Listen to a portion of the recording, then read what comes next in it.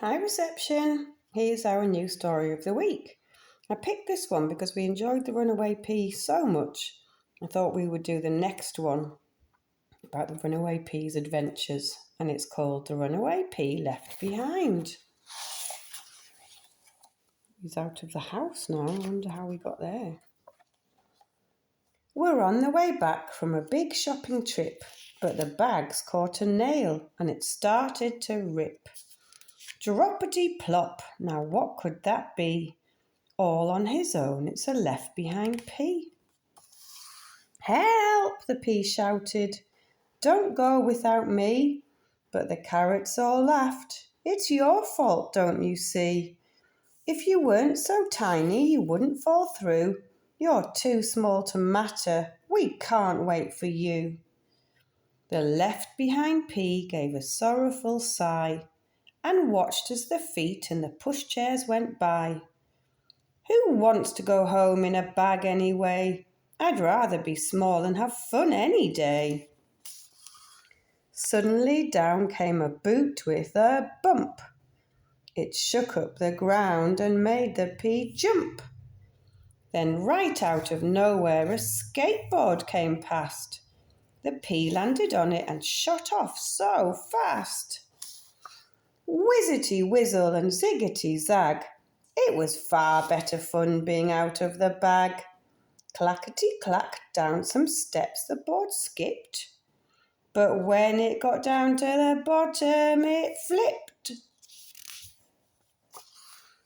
The little pea pinged up surprisingly high, just as the number 10 bus tootled by. The pea hit the screen with a bit of a splat. But though he was shaken, he didn't mind that, 'cause brum went the engine. Hooray, said the pea. I'm getting a ride. Everyone, look at me. Riding the bus, he felt ever so proud.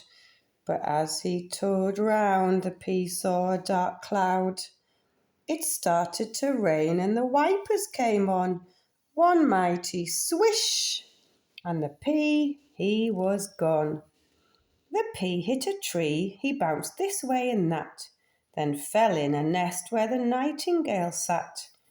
The curious bird stood and lifted her leg, and found she had one extra little green egg. Hello, said the pea with a big cheeky grin. I saw you were home, so I thought I'd drop in. But the pea had got tangled in feathery fluff, and up blew a breeze with a huff and a puff. The nightingale stepped back and waved goodbye as the pea drifted upwards off into the sky. Higher and higher he started to soar, higher than any pea had been before. He cried out with joy, looking down at the view of houses and rooftops and chimney pots too. Oh, what a wonderful day for a pea, when everything everywhere's smaller than me. Below was a pitch with a game underway. What fun, said the pea, I so wish I could play.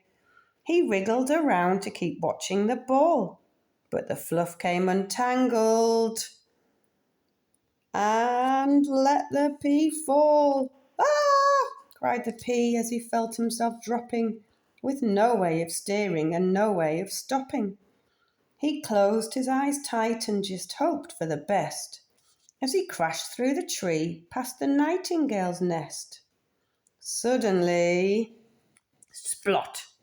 But where was he now? Stuck to a muddy old football. Oh, wow!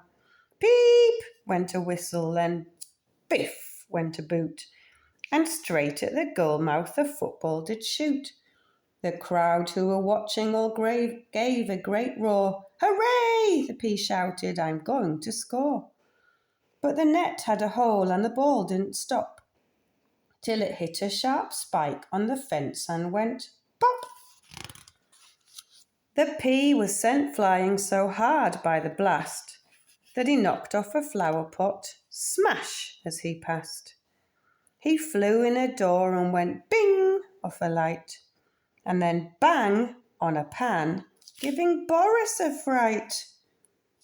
He bounced off a washing bag full of old socks and rolled to a stop in a big wooden box. His fun was all finished. He felt so dejected.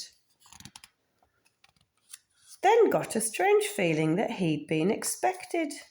"Hello," said a bean. "How do you do," said a sprout. "This is where all the cool veggies hang out."